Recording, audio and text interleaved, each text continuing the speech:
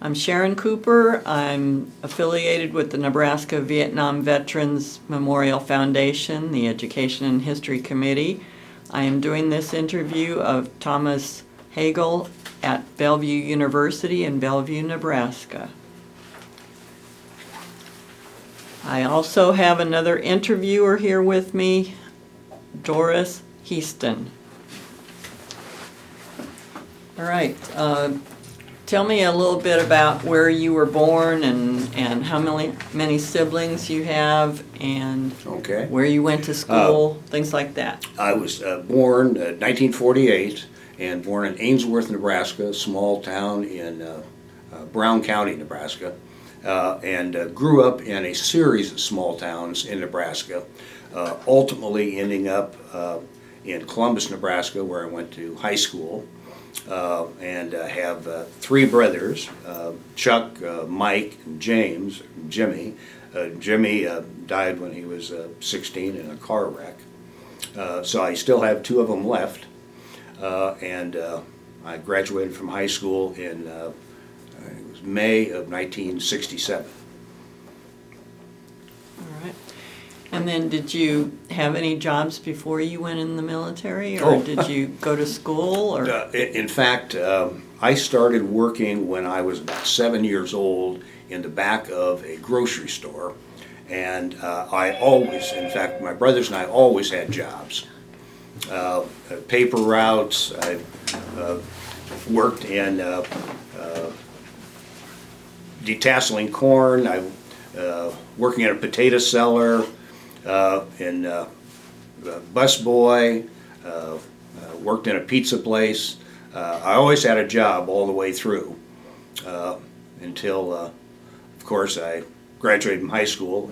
I graduated in May of 1967, and I had gotten my draft notice in early 1967, went and did my physical, passed my physical, got my draft notice before I graduated from high school, and when I got notice from the Selective Service Board, they said, well, you're going to be inducted into the military in August of '67. I didn't want to wait around all that time, so I just volunteered to go.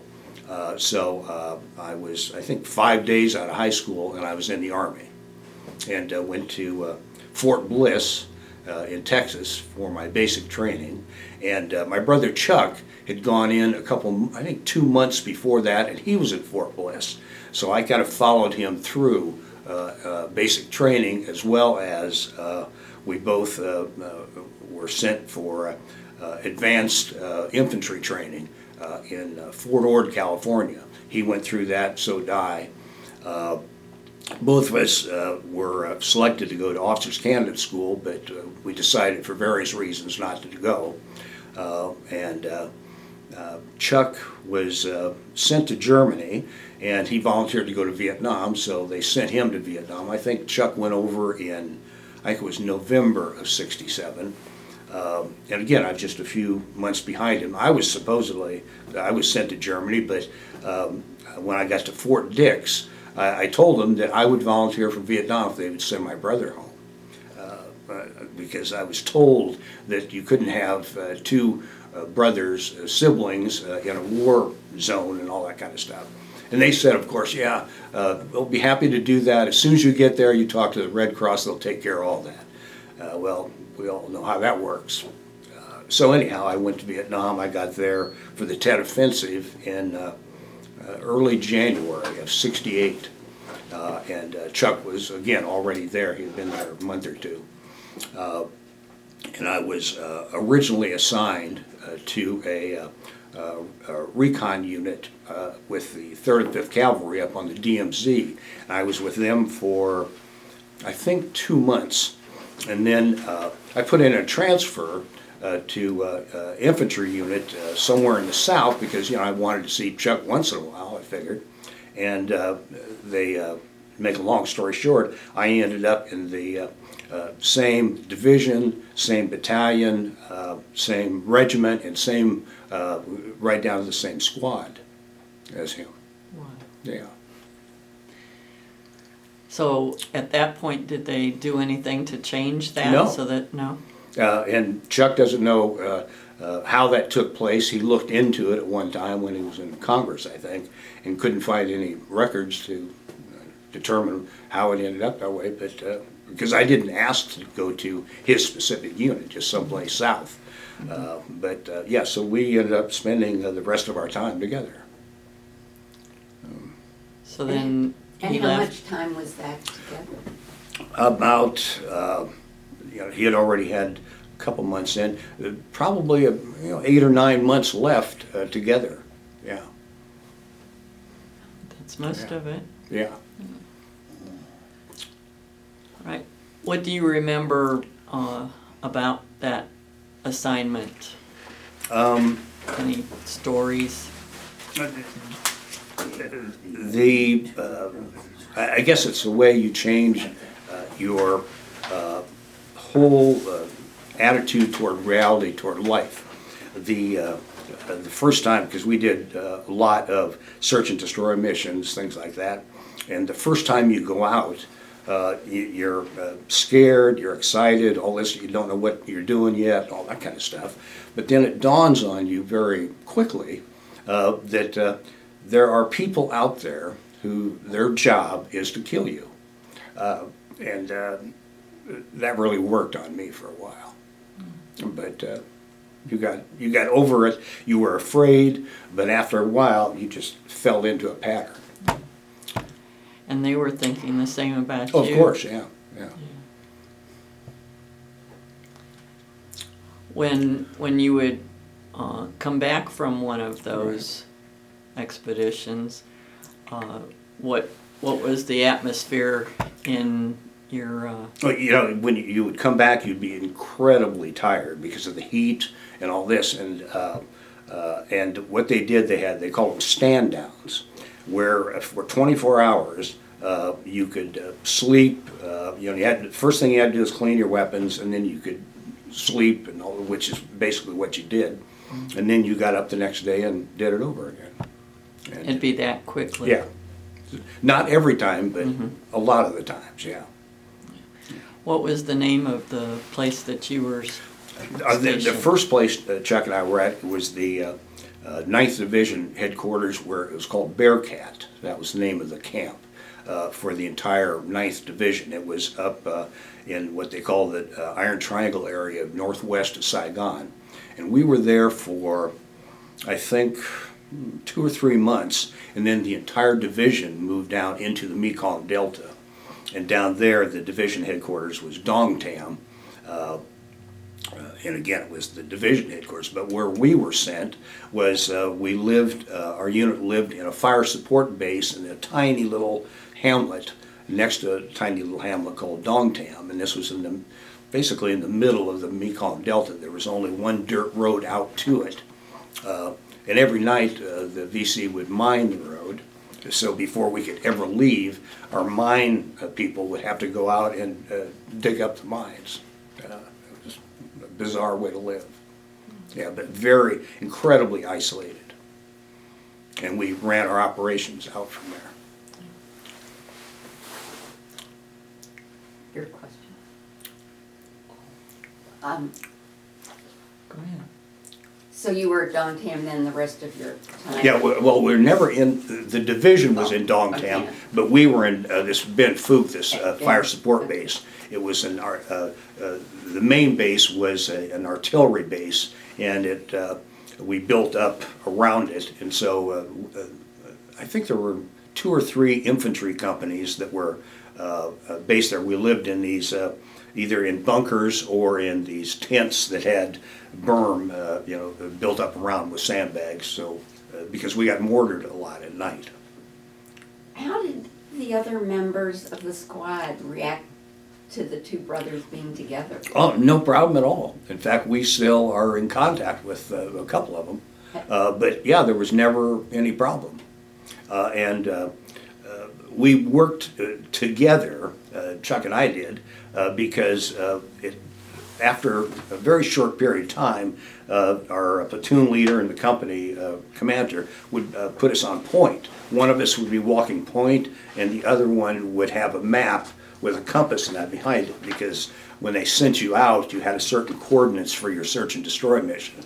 And the person who's walking point obviously is the first one there to tip off the rest of the people if there was an ambush or whatever. And the other one, his job was to check the map, follow the compass and that to make sure you didn't get lost, because it was so easy to get lost in jungle and that. But yeah, we worked as a team, frankly, yeah. So after Chuck left, did you feel lost? Yeah, he left in November. I didn't leave until the following February because I extended my time over there for a little bit. But yeah, it was a big change because it was, on one hand, you worry about your brother getting hurt, which he did. We both did. But on the other hand, it was great having him because we became very close, obviously. I mean, because when you're living that way, you do everything together. And when I say everything, because there was absolutely zero privacy. For example, when if you wanted to take a shower, they had these 55-gallon drums. They would siphon water from the rice paddies around there, fill up the drum, then you had to stand under it with a little spigot. Yeah, pretty crude living. Yeah. You mentioned getting injured. Yeah. Do you want to talk about it or not? You don't have to. I don't want to embarrass or make you uncomfortable. He was wounded twice. I was wounded 3 times. And I really don't want to get into it. Okay. You did make sergeant, though. Did Yeah. you? So did he. Yeah. Yeah. Did you make it in Vietnam? Yeah. Okay, so you didn't have an assignment somewhere else when you came No, back? because I had less than 6 months left in my time. So they had a program then called Early Out, where they just let you out. But yeah, I was, in fact, I was, when I was made sergeant, I was 19 years old at the time. In fact, when I got back from Vietnam, I had to wait almost a year before I could legally buy a beer. Because I was too young. And you couldn't vote Right. in a presidential election. That's right. That's right. Yes. Commenting on your brother, I thought this was true also, but your brother commented, your brother Mike, who is Right. sitting here with us also, that you two were the only brothers stationed there like that, as far as we know. Yeah, as far as I know, I've never heard of it happening. There may have been, but I've never heard it. Not in a combat. In a combat. Yeah, as far as I know. In the entire war, you were the only 2. I've been told that by a lot of people, Yeah. and a lot of people who've looked into it. But And you mentioned you do keep up with, a couple, the men yes. you served with. Have you been to any reunions, like with the 9th Infantry Division? I went to one of them, but for some reason I didn't care to go to another one because all they wanted to do is rehash the war and that, and I just didn't have any particular interest in that. When you went, were there any veterans from older wars that you encountered, and how did they treat you? When I went to the reunions, it was just for the 9th Infantry Vietnam. Oh, okay. Yeah. However, I've been involved in Veterans Affairs a lot in my lifetime. I was in Ohio, for example. Every county has a Veteran Service Commission. Really, it's a great program to help veterans out there having problems with housing or medical or whatever. It's separate from the VA. And I was on that commission for 10 years. So when I went on the commission, I was the only Vietnam veteran. Everybody else was either Korea or World War II. And there was an adjustment period, I'd say. They had an attitude at that time about Vietnam and Vietnam veterans and that, like, well, it wasn't a real war and you lost the war and all that kind of stuff. So, But it worked out. It worked out because we had a common goal. And of course now, simply due to age, there's very few World War II veterans left, and there's not that many Korean War veterans left. So the Vietnam era has now taken over in those things. And I was the commander of the Disabled American Veterans chapter in Dayton, Ohio for, I think it was 12 years, something like that. But, yeah. So your last day in the Army, what was that like? Flew into San Francisco at Travis Air Force Base. I was outside of San Francisco. Still had the fatigues on and, you know, dirty and all that kind of stuff. And went through processing. And they gave you a new uniform and your paperwork, and I think they gave you a check for your final month or whatever it was, and got on an airplane and Frontier Airlines and flew back to Nebraska. But I've heard people say that they had problems with people screaming at them and all that, but I never experienced any of that. When I got out, I just wanted to put it behind me. In fact, I have friends that from college and law school that only later, I mean decades later, was the first time they knew that I was ever even in the service, because I just, you know, wanted to, yeah, put it behind me. Yeah. So what has your life been like since you came back to Nebraska? Oh, it was, you know, I came back to Nebraska. Chuck was already here. Mm-hmm. He was, I think he started back to school because he had a couple years of college before he went in.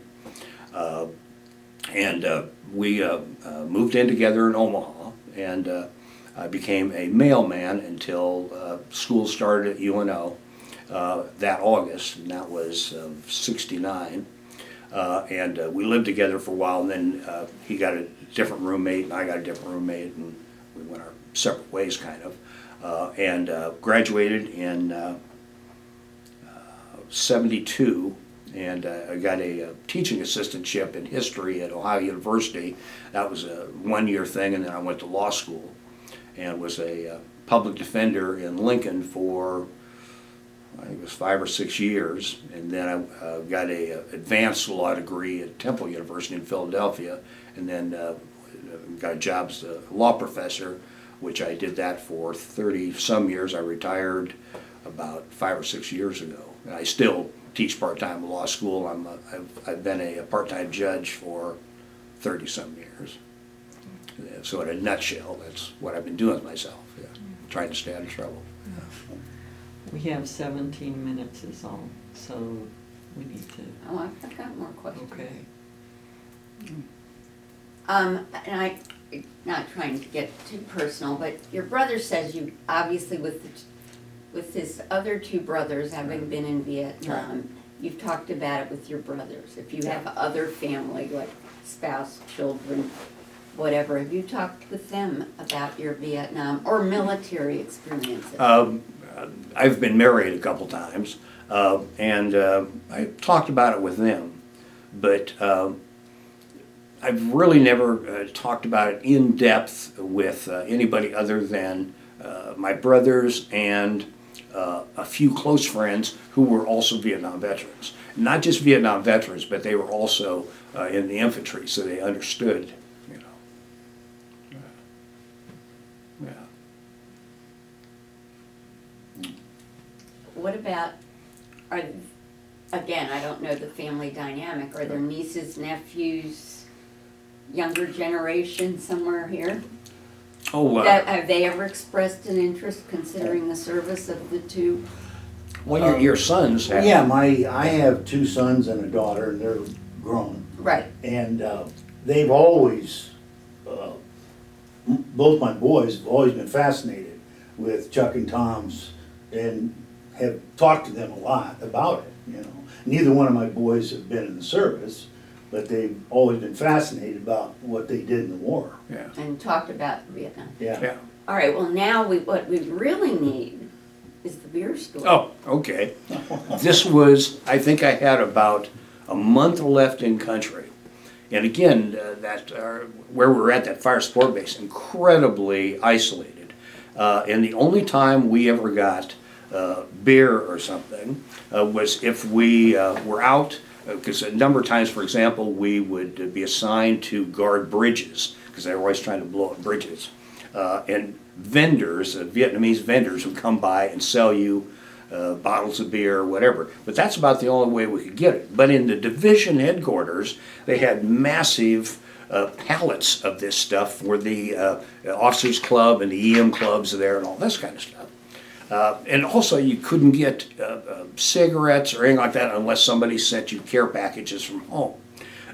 So what I did, I collected money from my colleagues, if you want to call them that. And they put their order in, whether they want toothpaste, cigarettes, toilet paper, believe it or not, very basic stuff, as well as beer.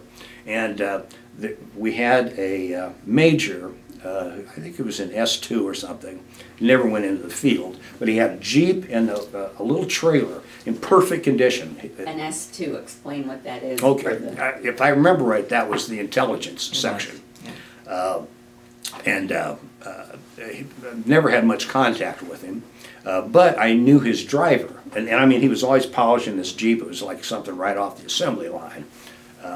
But anyhow, I can't remember if I stole it or his driver let me have it, but I took it out the back gate, the Jeep and the trailer, and got behind a truck that was leaving. They would go, because remember they had to take all the mines out of the roads to finally get to the highway to get there. So long story short, drove it to the division headquarters, and I knew a person there who worked in that area where they stored all this kind of stuff. So I said that I had authorization to buy so many cases of beer and other things. So I went in, they had a PX there, went in and got my little laundry list of things, cartons of cigarettes and toothpaste and all this kind of stuff, and loaded up this trailer with beer as well. I mean, it was stacked up, we had to rope it down, all this kind of stuff to hold it in there. So by then, it was late in the afternoon, because I had to wait for the convoy to go back for security reasons. So anyhow, the convoy takes off, and I'm right behind the trucks. I'm the last vehicle. And we're going by this encampment. I think it was the 199th Infantry Brigade has set up there. They had their tents and all this. And late in the afternoon, and all of a sudden, a mortar attack took place on this place. So mortar rounds are dropping on the road all the way around.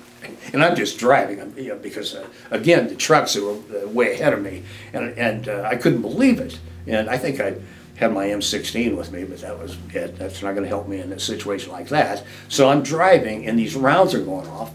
I mean, so close by. How I never got wounded, I'll never understand why I didn't get some shrapnel from it, because it blew out the tires in the trailer and just riddled the trailer and the Jeep with shrapnel holes in this. But I just kept driving, and I finally made it to highway where they had everything blocked off. They were sending in some teams to try to respond to the mortar attack. The trailer was destroyed. So a friend of mine, thankfully he happened to be there, had a 2.5 truck, 2.5 ton truck. So he lifted up, emptied the trailer, and loaded the beer and all this in the back of the Jeep. And they took the toothpaste and all kind of stuff and then just threw the trailer on top in the bed of the 2.5 ton truck. They took off, and I took off. Well, and this was getting late. You had to go through a small town called Mito, and what do you call them? The MPs shut off the road, because once it got dark, you definitely were not on the roads, because the BC took over. And they had a little thing, a road, a little, Barrier. yeah, come down, and I'm sitting there thinking, well, God, I'm in trouble already. But a month left, and at that stage of the game, I'll admit I was a little, mentally I was pretty screwed up. But I knew I was in trouble, all this, so the MP puts his hand up like that, and I just looked up, and I looked down, and went right through it. Pulled around the back, and unloaded this, and of course, the guys thought I was a hero, but of course, the major was screaming, was gonna court-martial me, all this kind of stuff, and then it simmered down, I guess, because I got out of country and they got an honorable discharge, so it all worked out. But that's my beer run story, and everybody was happy that night. Yeah, I think I had about 10 or 12 cases of beer. But yeah, a lot of happy And people. none of them were hit by the shrapnel? No, some of them were. Yeah, and you could see little sprouts coming out of the. I was afraid that the end would be all the beer was gone. Yeah. No, some of it was combat loss, you might call it. Yeah, yeah. Were you on that Mother's Day call to Mom? Oh, yeah. Tell 'em about Oh, that. well, they had this system called the Mars system, where they would bring there were two different types of armored personnel carriers. One was a command carrier, the other one was what they used for combat, which we used all the time. But anyhow, they had this radio system set up where they would drive it into your unit and park it, and you would get on the radio and you'd use regular nomenclature that you would use in the military. You would talk and say, okay, over, and back and forth.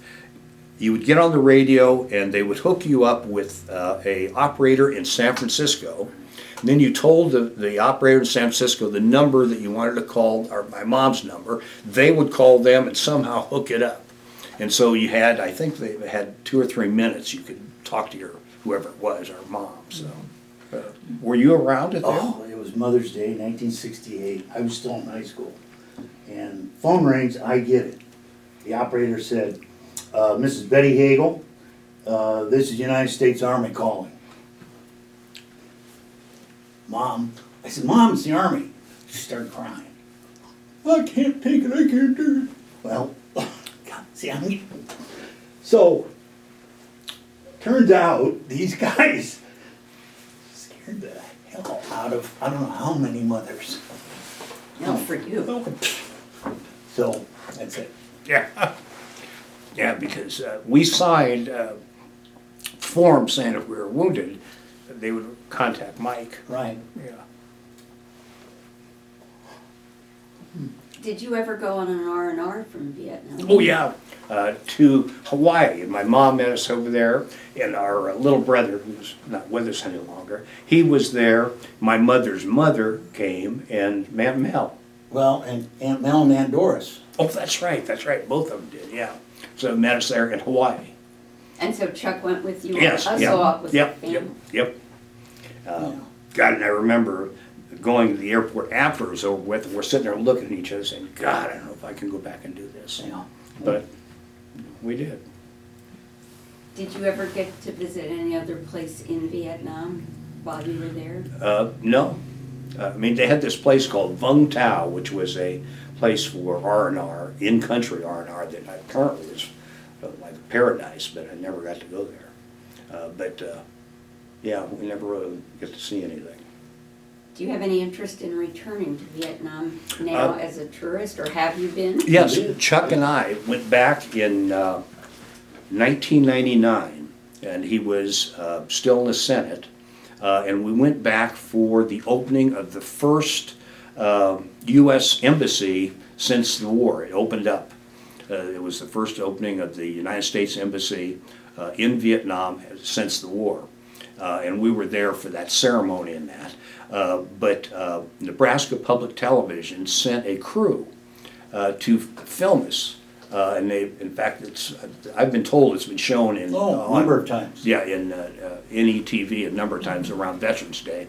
So we went to a number of the different places where we were, and went and met some of the people who were in that area fighting against us at the time, which was an interesting experience. But it's a beautiful country, and quite frankly, beautiful people. I have no particular interest going back now, but it was a tragedy all the way around on a number of different levels. Because I remember flying in when Chuck and I flew in, We landed at Tonsanute Air Base, which is right outside of Saigon. And as we were coming in, I looked, and you could still see the massive number of bomb craters around. But the Vietnamese people, I think, are incredibly resilient. What they were doing with these bomb craters, they were full of water, and they were raising fish in them. But no, it was a good experience.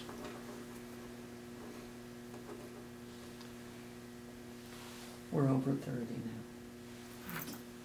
Anything else you'd like to, have you seen the movie, The Greatest Beer Run? Oh, no, After but- we asked you about.